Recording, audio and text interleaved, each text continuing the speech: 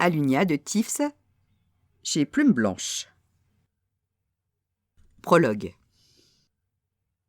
Lis. Les cris des oiseaux percent à peine sous l'intensité des huées de la foule, et pourtant, elle l'entend l'appeler aussi clairement que s'il se trouvait près d'elle. Sauf qu'il ne l'est pas, qu'il ne le sera plus jamais. Il est trop tard. Ils ont échoué. Elle a échoué. Elle ne sait pas vraiment ce qui l'attriste le plus. D'avoir raté la mission la plus importante de sa vie ou d'avoir entraîné ses amis dans sa chute.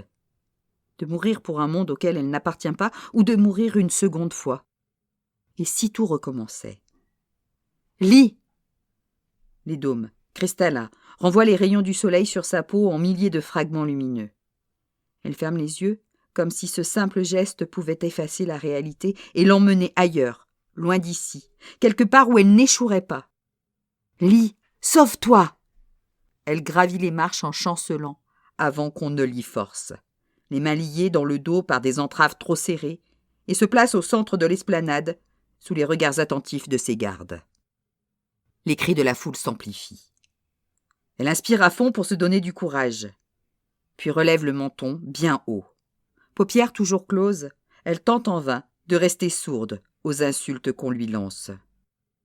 Au fond d'elle, elle sait très bien qu'ils n'y sont pour rien, que ce n'est pas leur faute. Elle bascule la tête en arrière et se force à rester calme, tandis que, non loin d'elle, la voix qui hante ses peurs les plus intimes commence à psalmodier. Elle a beau ne pas connaître la langue dans laquelle elle s'exprime, les mots résonnent en elle, la font trembler jusqu'au tréfonds de ses entrailles. Alors, elle réalise. Elle sait ce qui va arriver. Elle l'a toujours su. Ses yeux se rouvrent automatiquement sous le choc. La lumière éblouissante fait monter des larmes traîtresses. La voix s'est arrêtée. Tout le monde se tait. Quelqu'un l'a mise à genoux, à moins qu'elle soit tombée sans s'en rendre compte sous la puissance de l'incantation. L'un comme l'autre n'a plus la moindre importance. Le moment est venu. Elle laisse le vent caresser sa peau fiévreuse, lui donner la chair de poule à lui en faire mal et embrasse une dernière fois du regard la capitale, cherchant, malgré elle, des visages connus qui restent introuvables. Puis elle serre les dents dans l'attente de l'impact. Elle ne criera pas. Elle ne pleurera pas.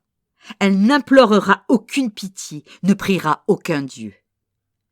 Parce qu'elle sait ce qui va arriver. Et elle est prête.